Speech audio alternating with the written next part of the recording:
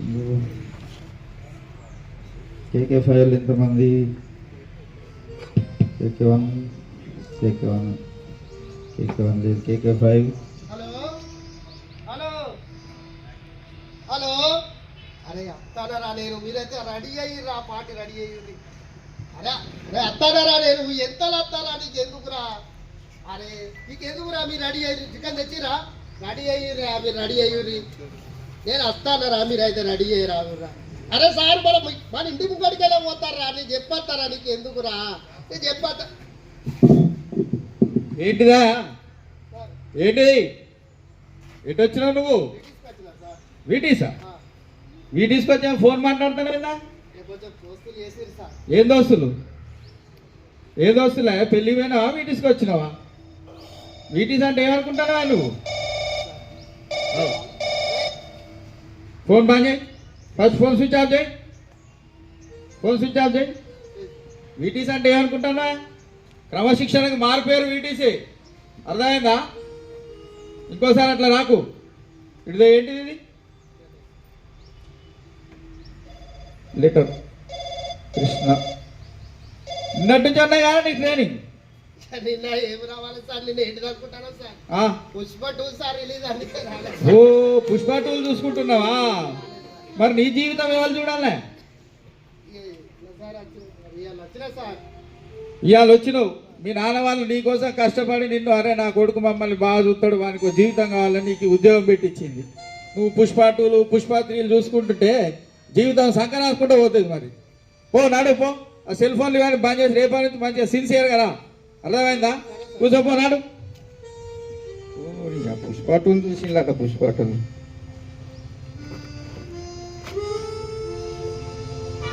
ఆ పిల్లలు, కొత్త పిల్లలు ఎంతమంది వచ్చిందా? 25 మందా? పాతోళ్ళు 10 మంది వచ్చిందా?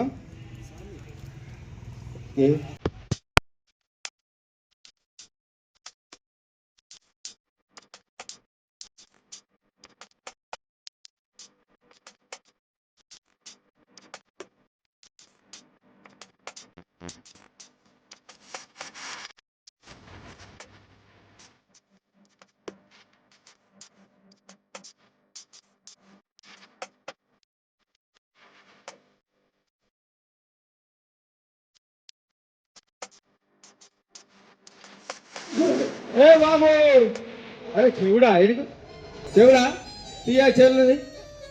ఎటు వచ్చినావు నువ్వు? ఏంటి ఇట్లా దగ్గర మైక్ కాడికి చెప్పు, గట్టిగా చెప్పు. ఎటు వచ్చినావు? వీటీస్కి వచ్చినావా? నీ బట్టలేంది, చినిగిపోయిన ప్యాంట్ ఏంది, షర్ట్ ఏంది, నీ వేసం ఏంది, నీ కథ ఏంది? స్టేజ్కి వచ్చినట్టు ఉన్నది కదా డాన్స్ వేయడానికి. నువ్వు యూత్ సార్, యూతా?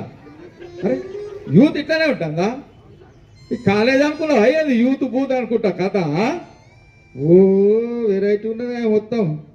ఏమో పాట పెట్టినవేదా? ఏం పాట పెట్టినావే మరి? ఏంటి నీ అడ్డ? ఇట్రా బిడ్డ, ఇది నీ అడ్డ కాదు, ఇది శంకర్ సార్ అడ్డ.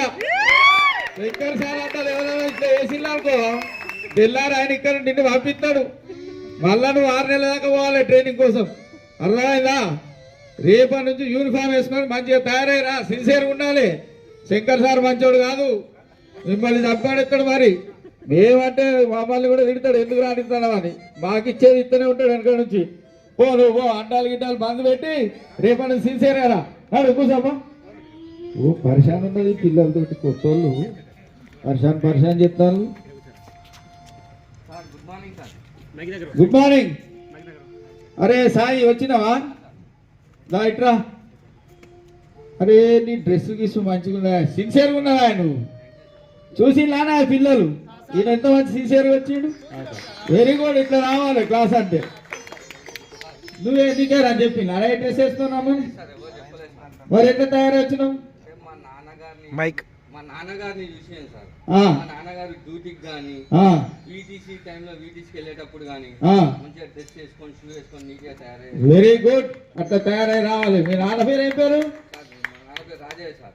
రాజయ్య కేక్ ఫైల్ చేసిండా? అరే రాజయ్య మాతోటే కలిసి పని చేసిండా? మంచి పేరున్నదా మీ నాన్నకి? మంచి బెస్ట్ వర్కర్ కూడా తీసుకున్నాడు ఒకసారి. ఓకే వెరీ గుడ్ పోయి కూర్చోపో నాడు అందరు చూసి నేర్చుకోలే కొత్త పిల్లలు ఇట్లా అరే సాయి నువ్వు డ్రెస్ వేసుకోమని నాకు చెప్పలేదేంద్రా మరి నమస్తే ఏం సార్ స్వామి టైం ఎంత అయింది అనుకుంటాను లేట్ అయిందా ఎందుకైతే లేట్ సార్ అక్కడ పోలీసు వాళ్ళు అడ్డు వేసింది సార్ ఎక్కడ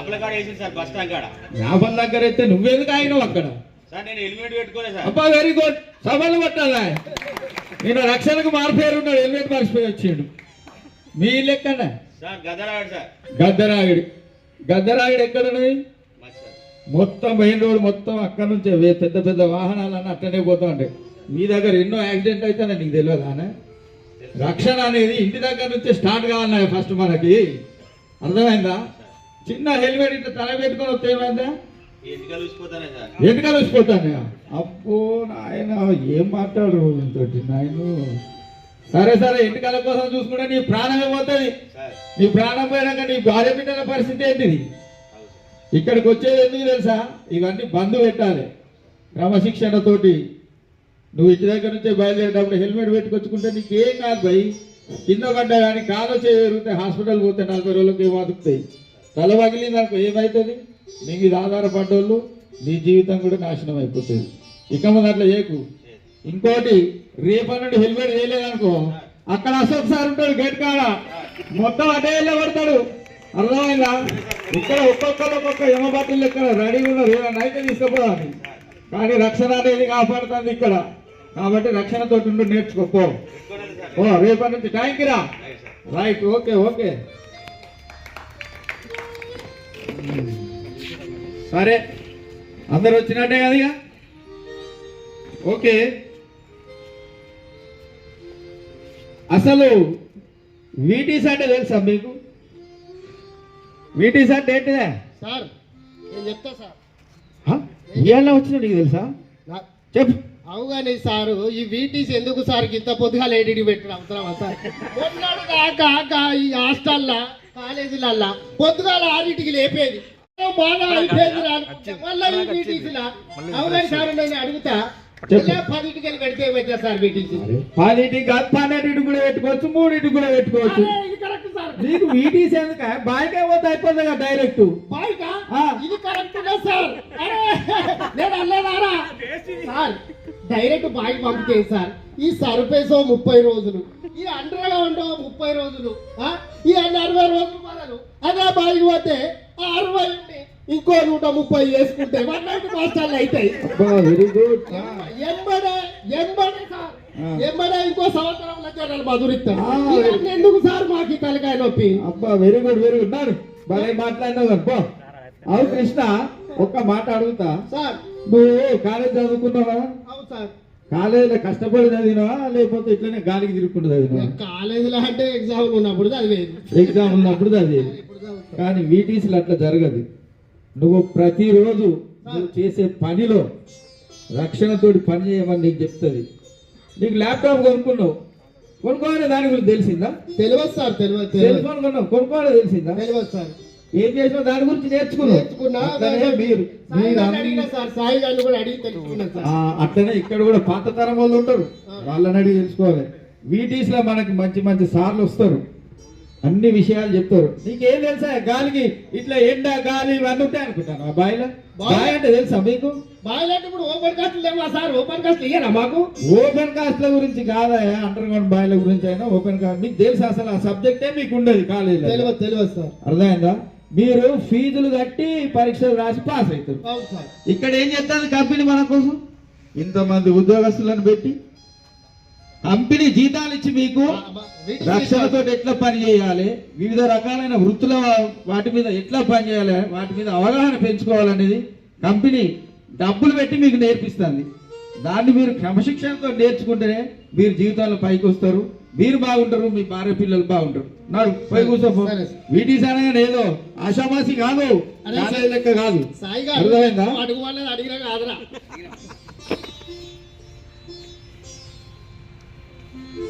సంపల్ కోల్ సంపద ఎవరా ఇప్పుడు ఆ కొత్త పిల్లగాడు ఏదో చెప్పే ఆయనకు తెలియదు నువ్వు ఇప్పుడు రిఫ్రెష్మెంట్ ట్రైనింగ్ వచ్చినావు అవును కదా? Sir, refreshment. నీ అభిప్రాయం చెప్పాయి. ఇంతమంది కొత్త పాత వాళ్ళు అందరు ఉన్నారు, సార్ ఎందుకు వచ్చినావు చెప్పు. వీటీస్ అంటే ఏంటిది?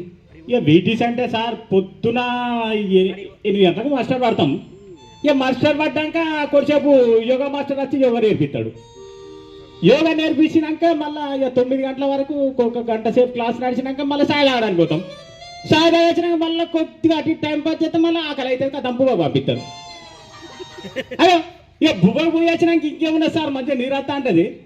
మళ్ళీ సినిమా పెడతారు కదా, మంచిగా సినిమా చూస్తాం కొద్దిసేపు.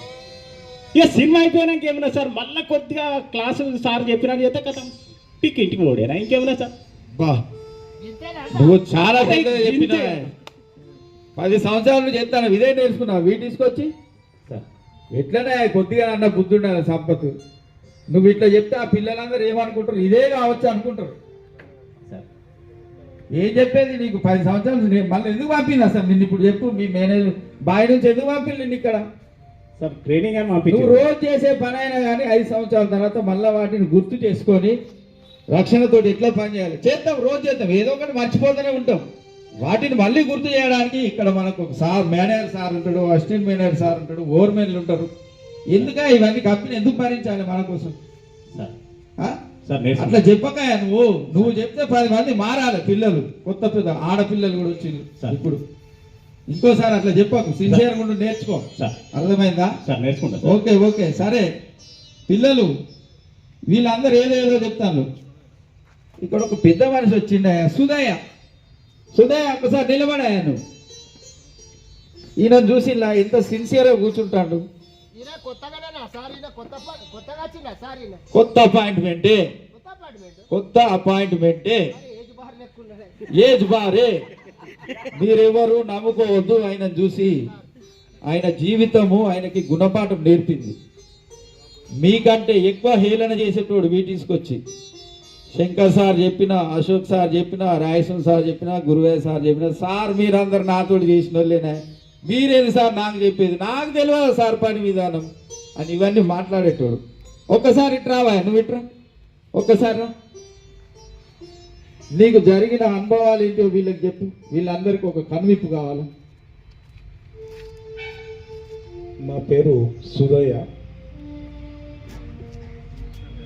నేను సార్ చెప్పినట్టు మీరందరూ ఇప్పుడు మీరు మాట్లాడిన విషయాలన్నీ చూశాను. నేను కూడా నా ఉద్యోగం స్టార్టింగ్లో ఇలాగే వీటీసీలో మన పై అధికారులు అయినటువంటి సార్లు అందరూ మనం చేసేటువంటి పని లోపల మనం ప్రకృతికి విరుద్ధంగా మనం పనిలోకి వెళ్తున్నాం. అలాంటి ప్రదేశంలో ఎన్నో యంత్రాల మధ్య మనం పనిచేస్తుంటాం. ఎన్నో ప్రమాదాలు పొంచి ఉంటాయి మన చుట్టూ. అలాంటి వాటి మధ్యలో మనం పనిచేస్తాం. ఇక్కడ మన సార్లు ఎన్నో రక్షణ సూత్రాల్ని వాటిని పాటించే విధానాన్ని ఎన్నో చెప్పారు నాకు కూడా. ఇలాగే నేను తీరా నా వృత్తిలోకి వెళ్ళిన తర్వాత వాటిని పాటించకుండా నేను పని లోపల చేసే అటువంటి తొందరపాటు చర్యల వల్ల, నేను చేస్తున్నటువంటి నా పని వల్ల నాకే కాకుండా నా తోటి పనిచేసే కార్మికులకు కూడా ఎన్నో ప్రమాదాలకు గురి చేశాను. కోల్ కట్టింగ్ పోయాను. కోల్ కట్టింగ్లో సెంటరింగ్ సరిగ్గా చేయక దాన్ని పాటించవలసిన రక్షణ సూత్రాలు పాటించగా దాంట్లో తోటి కార్మికులకు దెబ్బ తగిలేలా చేశాను. ఇలాగే టింబరింగ్ పోయాను, అక్కడో ప్రమాదం. అలాగే ట్రామర్ పోయాను. ఇలా ఏ పనికి పోయినా నేను చేసినటువంటి ఆ తొందరపాటు చర్యల వల్ల, సరైన రక్షణ సూత్రాలు పాటించకపోవడం వల్ల అనేక ప్రమాదాలకు గురయ్యాను. నేను అవ్వడం కాకుండా నా తోటి కార్మికులకు కూడా అనేక ప్రమాదాలకు గురి చేశాను. ఇలా హాస్పిటల్ పొంది ఆ గాయాలతో తిరుగుతూ డ్యూటీలు సరిగ్గా చేయక ఆబ్సెంటిజంతో ఎన్నోసార్లు కౌన్సిలింగ్లకు కూడా పోయాను. పై అధికారులు చెప్పారు సరిగ్గా డ్యూటీ చేసుకో అని చెప్పి, వారి మాటలు కూడా పెడి చెవున పెట్టి డ్యూటీలు సరిగ్గా చేయక నాగాలతో నా యొక్క ఉద్యోగాన్ని పోగొట్టుకున్నాను.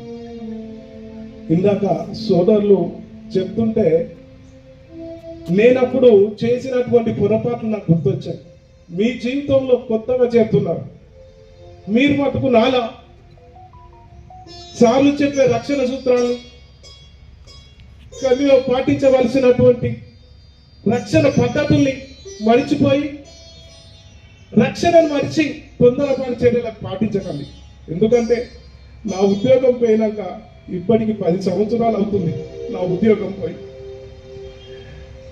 ఒక్కో రోజు తింటే ఈ 10 సంవత్సరాల్లో 2 రోజులు ఉపవాసం ఉన్నటువంటి నిర్భరమైనటువంటి జీవితాన్ని గడిపాను నేను. అలాంటి జీవితం మీకెవరికి రావాలి. నన్ను చూసి బుద్ధి తెచ్చుకోండి. నా కుటుంబ సభ్యులు నాకు దూరమయ్యా. పని చేసుకుందామంటే దొరకకుండా తల్లి లాంటి సింగరేణి, ఎన్నో సేవలు ఇచ్చినటువంటి సింగరేణి నేను సరి అయినటువంటి రక్షణ సూత్రాలు పాటించక నాగాలు చేసి నా ఉద్యోగం పోట్టుకున్నాను. రోజువారి కూలిగా వేసని వేసే కింద చివరికి ఓటర్లు కప్పులు కూడా కడిగారు. ఇలాంటి దుర్భర పరిస్థితి అనుభవించకుండా సార్ చెప్పినటువంటి మన పై అధికారులు చెప్పినటువంటి రక్షణ సూత్రాలు పాటించి సింగరేణిలో నాగాలు లేకుండా సరి అయినటువంటి విధానంలో డ్యూటీలు చేసుకొని మీ యొక్క కుటుంబ సభ్యుల్ని ఆనందమైన ఒక జీవితాన్ని గడపాలని కోరుకుంటున్నాను. నాలాంటి పరిస్థితి మీకు ఎవరికి రావద్దు. నన్ను ఆదర్శంగా తీసుకొని నాలా కాకుండా చక్కగా పనిచేసి రక్షణతో కూడినటువంటి పనిని చేసి సింగరేణి అభివృద్ధిలో మీరందరూ ముందుంటూ సింగరేణి అభివృద్ధికి తోడ్పడతారని ముందుంటారని ఆశిస్తున్నాను. Thank you sir. ఓకే, చూసారు కదా మన సింగరేణి తల్లి యొక్క గొప్పతనం. ఇతనికి కనుక మళ్ళీ రీఅపాయింట్మెంట్ లేకపోతే ఈయన పరిస్థితి ఏంటిదో. ఈ రోజుల్లో ఎక్కడ ఉద్యోగాలు లేక ఎంతోమంది శ్రమజీవులుగా అంటే కూలి పని చేసుకుంటూ నానా యాతన పడుతున్నారు. మీ అందరికీ మన సింగరేణి తల్లి ఒడిలో చక్కటి ఉద్యోగము, మీరు రక్షణతో పనిచేసుకొని బాగున్నట్టయితే మీరు బాగుంటారు, మీ కుటుంబం బాగుంటుంది. దీంట్లో మనం వీటీసీ అనేది ముఖ్య పాత్ర. ఇక్కడ ఏదైతే వాళ్ళు క్రమశిక్షణ గురించి మనకి నేర్పుతారో వాటిని మీరు ఖచ్చితంగా అక్కడ పనుల్లో భావించినట్టయితే చాలా పెద్ద పెద్ద పోస్టులో ఉన్నారు. ఒక్కొక్కరు ఇక్కడ నుంచి పోయిన వాళ్ళే మేనేజర్ అయ్యారు, అండర్ మేనేజర్లు, డైరెక్టర్ల హోదాలో పోయారు. కాబట్టి మీరు కూడా దాన్ని పాటిస్తారని ఆశిస్తూ సార్ ఈ అవకాశం ఇచ్చినందుకు మీ అందరికీ మా సేవ తరఫున కృతజ్ఞతలు తెలియజేస్తున్నాను సార్. Thank you sir. ఇంకొకటి, ఇది మా సందేశం. అమ్మా, ఆడపిల్లలకు ఉద్యోగాలు అనేవి ఎక్కడా లేవు. ప్రొడక్షన్ సైడ్ చూసుకుంటే మన సింగరేణి సంస్థ మాత్రం మహిళా కార్మికులు కూడా సమానమే అని మీ అందరి కోసం కూడా చక్కటి ఉద్యోగాలు కల్పించి రిక్రూట్మెంట్ చేసుకోవడం జరిగింది. మీరు కూడా మీ పాత వారి దగ్గర కూడా కొన్ని విషయాలు తెలుసుకొని మీరు కూడా చక్కగా పనిచేసుకొని మీ కుటుంబాన్ని బాధ్యతగా చూసుకుంటారని భావిస్తూ, ప్రతి ఒక్కరు తల్లిదండ్రులు మిమ్మల్ని నమ్మే మీకు ఉద్యోగాలు పెట్టించారు. మీ తల్లిదండ్రులు మీరు చివరి వరకు మీ బాధ్యతగా చూసుకోండి. ఇది కూడా ఇక్కడ సార్లు మనకి నేర్పిన గుణపాఠాలే. వాటిని పెడచవిన పెట్టకండి, రక్షణతో పని చేయండి. Thank you sir. Thank you. Sudhaiah గారిని చూసి మనం నేర్చుకోవాల్సింది ఏంటంటే వీటీసీలో నేర్పించే రక్షణ సూత్రాలన్నీ పాటిస్తూ మహిళలమైనా సరే మన వంతుగా మనం కృషి చేసి సింగరేణి అభివృద్ధిలో భాగస్వామ్యం అవుదాం. జై సింగరేణి. జై సింగరేణి. జై జై సింగరేణి. అవర్ ఏం జీరో హార్మ్. అవర్ ఏం జీరో హార్మ్. అవర్ ఏం జీరో హార్మ్. జై వీటీసీ. జై వీటీసీ. జై వీటీసీ.